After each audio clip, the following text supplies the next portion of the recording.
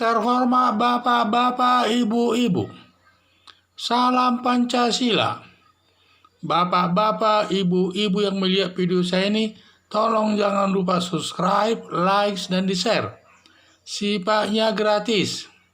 Saya akan mengomentari Margarito Kamis tidak setuju pasal-pasal khusus presiden dan wakil presiden. Sumber saya dari YouTube pada saat ada pembicaraan di ILC, di mana pada saat giliran Margarito dikasih kesempatan berbicara, maka Margarito Kamis ini memberikan semacam katanya dia tidak setuju pasal-pasal khusus presiden. Jadi Margarito Kamis tidak setuju pasal-pasal khusus presiden berdasarkan kesetaraan katanya. Jadi ada di dalam undang KUHP tersebut pasal-pasal khusus presiden, yaitu pasal penghinaan kepada presiden yang diatur dalam pasal 134 KUHP. Jadi apabila ada seseorang menghina presiden, polisi dapat langsung menindaknya. Jadi hanya untuk berlaku ini kepada presiden dan wakil presiden. Karena pasal penghinaan ini ada dua tindakan. Perbuatan kejahatan ada dua perbuatan. Satu perbuatan yang pembunuhan dan lain sebagainya. Ini disebut kejahatan biasa.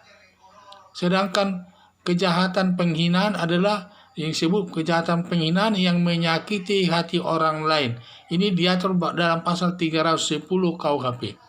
Jadi perbedaannya, kalau pasal perbuatan kejahatan ini masuk delik biasa, yaitu tanpa ada pengaduan dari masyarakat, kalau polisi tahu dapat bertindak dan menindak orang yang melakukan kejahatan tersebut. Demikian juga kalau penghinaan ini termasuk delik aduan.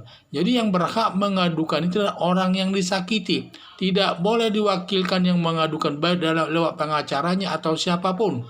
Yaitulah. Jadi inilah khusus daripada khusus presiden, yaitu delik aduan dan khusus presiden. Sedangkan jadi tanpa ada pengaduan dari siapapun atau presiden, kalau polisi tahu dapat bertindak menindak orang yang menghina tersebut.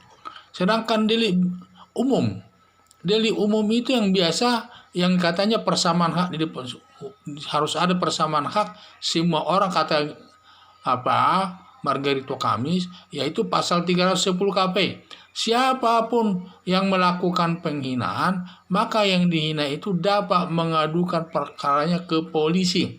Baik dia presiden, baik dia masyarakat biasa, sama.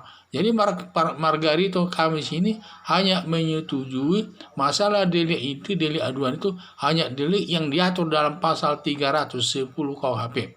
Dan juga siapa yang menghina, dia berhak mengadukan masalah itu kepada polisi, baik dia presiden maupun masyarakat biasa. Tetapi kalau khusus pasal 134 KUHP, yaitu delik penghinaan juga, tapi masuk delik umum. Tanpa ada pengaduan dari presiden pun, kalau polisi tahu, polisi dapat bertindak. Inilah Margarito Kamis katanya tidak sependapat masalah tersebut, karena katanya tidak ada persamaan hak di depan hukum. Jadi padahal manusia sifatnya sama katanya. Jadi menurut saya hal itu kurang tepat menurut saya. Jadi menurut para Margarito, cukuplah pasal penghinaan presiden berlaku pasal 310 KUHP yang berlaku secara umum, baik dia masyarakat biasa maupun presiden. Kalau pasal 134 hanya khusus kepada presiden tanpa ada pengaduan siapapun, polisi dapat bertindak tegas. Dan pendapat daripada Margarito Kamis tidak sependapat. Saya tidak sependapat dengan alasan dalam pasal 310 hanya kepada orang yang tidak ada atau tidak ada jabatannya dikaitkan dengan jabatan, tidak ada. Jadi hanya masyarakat biasa. Jadi siapapun yaitu sama memang haknya. Kalau umpamanya Jokowi saja tidak menyandang presiden, tidak menyandang nama presiden, berarti Jokowi itu dulu kalau dihina orang ya sama, berlaku pasal 310 KUHP, sama haknya, semua sama. Tetapi menurut teori keadilan dari Montesquieu ada dua keadilan itu. Keadilan pertama disebut di situ, lupa saya istilahnya, tapi intinya adalah siapapun warga negara bisa menjadi presiden atau menteri sepanjang sanggup dan mampu memenuhi syarat. Ini ketentuannya. Jadi siapapun yang ingin menjadi presiden atau menteri, setiap warga negara berhak menjadi presiden dan wakil presiden kalau dia sanggup dan memenuhi persyarat untuk itu. Inilah teori keadilan pertama dari Montesquieu. Sedangkan teori keadilan kedua yaitu semua warga sama haknya.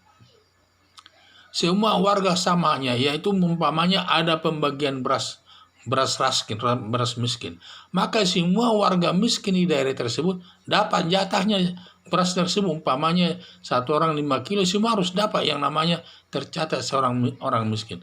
Tetapi kalau keadilan yang pertama ini tidak bisa, semua orang berhak menjadi presiden. Tetapi asal dia sanggup memenuhi persyaratan untuk itu. Jadi setiap orang bisa menjadi presiden. Setiap warga negara Indonesia bisa jadi presiden sepanjang ia sanggup atau memenuhi syarat untuk itu. Nah, itulah.